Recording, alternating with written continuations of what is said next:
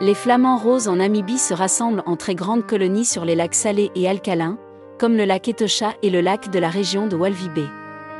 Ces lacs fournissent des conditions idéales, une eau très salée et riche en micro-organismes dont ils se nourrissent. Certaines de ces colonies peuvent compter des dizaines de milliers d'individus. Leur couleur rose vient des caroténoïdes contenus dans les crevettes et algues qu'ils mangent, et non d'une pigmentation naturelle de leur plumage. Ils construisent leur nid en forme de petites buttes de boue sur les lacs peu profonds, souvent regroupés en colonies massives. Chaque nid n'est pas très grand, mais être entouré de milliers d'autres flamands offre une protection contre les prédateurs.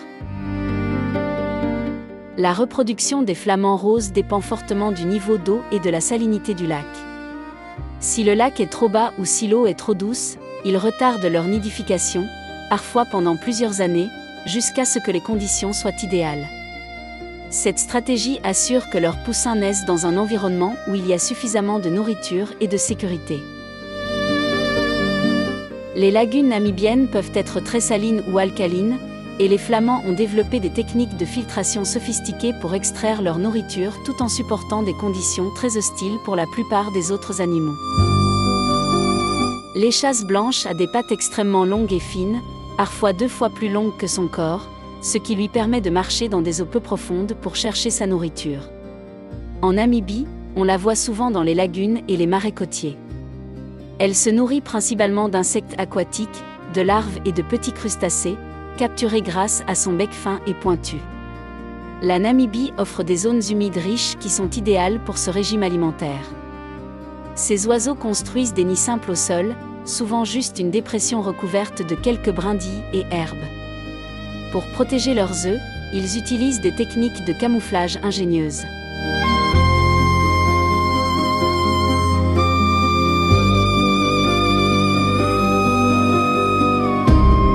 Les estuaires et zones côtières comme Walvis Bay et Sandwich Harbour servent de halte cruciale pour le décasso semi-palmé lors de sa migration entre l'Amérique du Nord, zone de reproduction, et l'Amérique du Sud, zone d'hivernage.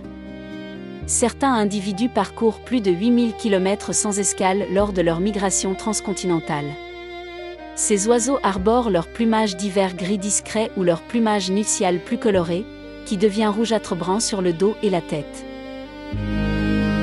Le pluvier affronté ou pluvier à front blanc fréquente principalement la côte des Squelettes, une région connue pour ses paysages lunaires, ses épaves de navires et ses courants marins traîtres. Ce nom évoque un lieu mystérieux, renforcé par la présence de carcasses de baleines et de paysages désertiques.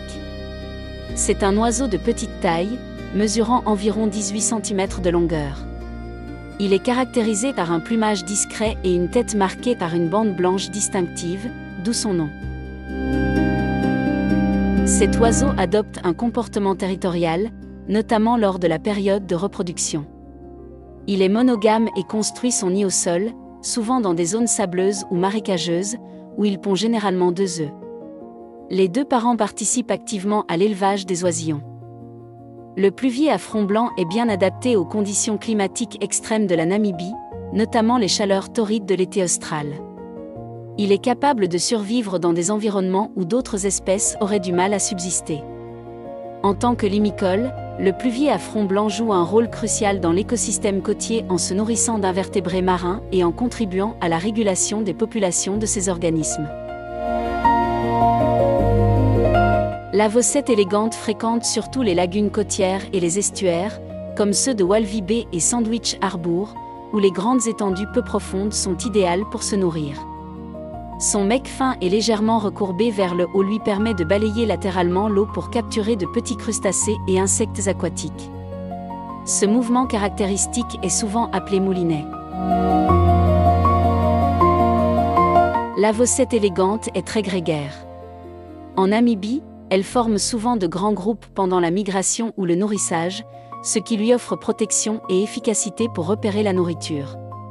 Cette espèce est un bon indicateur de la santé des zones humides côtières.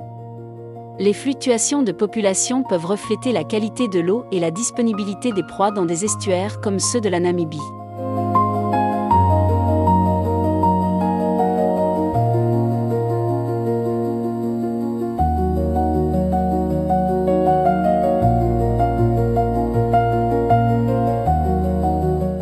la satule vient de son bec plat et large, qui ressemble à une petite spatule.